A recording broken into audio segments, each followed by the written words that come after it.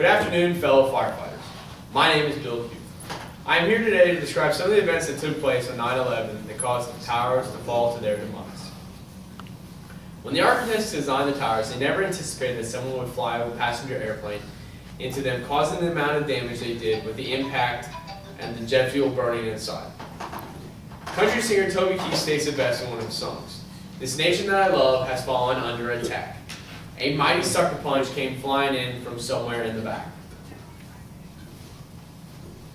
The towers, people think the towers failed that day by falling to the ground below. But in actuality, they did much more than anyone could ever expect.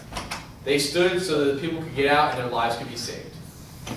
The initial construction of the towers was just for vast amounts of office space.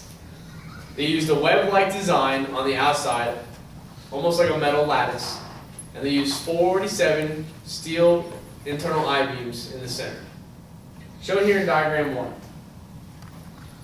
The metal lattice that wrapped around the exterior of the building, the floors, and the 47 steel internal I-beams. Each floor was connected with angle clips to the internal and external supports.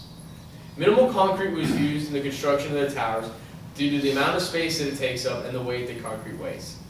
Instead, they sprayed on a fire retardant spray to the internal I-beams.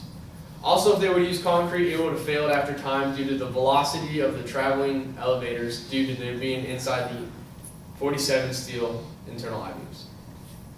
Designers called it a tube inside of a tube, but no one could ever plan what was going to happen that horrible day. The worst weapon they could ever use against us was our own planes. An average plane flies about 300 miles per hour, but on that day, the planes were traveling up to 500 miles an hour when they made contact with the buildings. An average plane carries 23,000 gallons of fuel. And since they had just taken off minutes ago, the planes were roughly full of fuel. The point of impact on Tower 1 was on the 93rd and 99th floor. It made a head-on impact going through the lattice, through the floors, and into the internal I-beams. Authorities are unaware of how much damage was actually done to the I-beams, but they are sure that the fire retardant was knocked off. Also shown here in diagram 2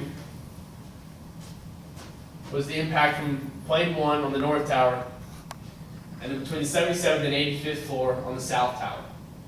The second plane did not make a direct hit. It actually just nicked the side of it, but it did damage most of the external supports. Jet fuel burns at anywhere from 800 to 1500 degrees Fahrenheit. At 1200 degrees Fahrenheit, steel will lose roughly about half of its strength. On the north tower, it burned for 102 minutes. So raw steel was being exposed to different temperatures at different times. This caused the structural integrity to diminish.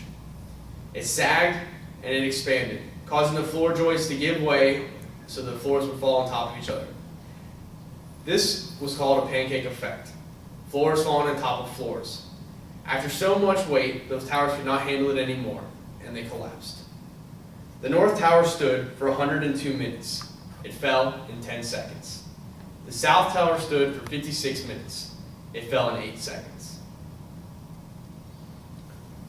With the massive holes in their sides and the fires burning deep within their bellies, no one could ever anticipate what was going to happen. But unfortunately, the towers did give way. Many people lost their lives. So as society, what are we going to do?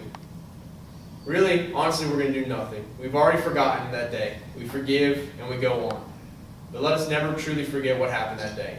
How many firemen we lost that day, how many people's innocent lives were gone. So I thank you for your time. I pray that I hopefully have taught you guys something. And let us never forget that horrible day. 343.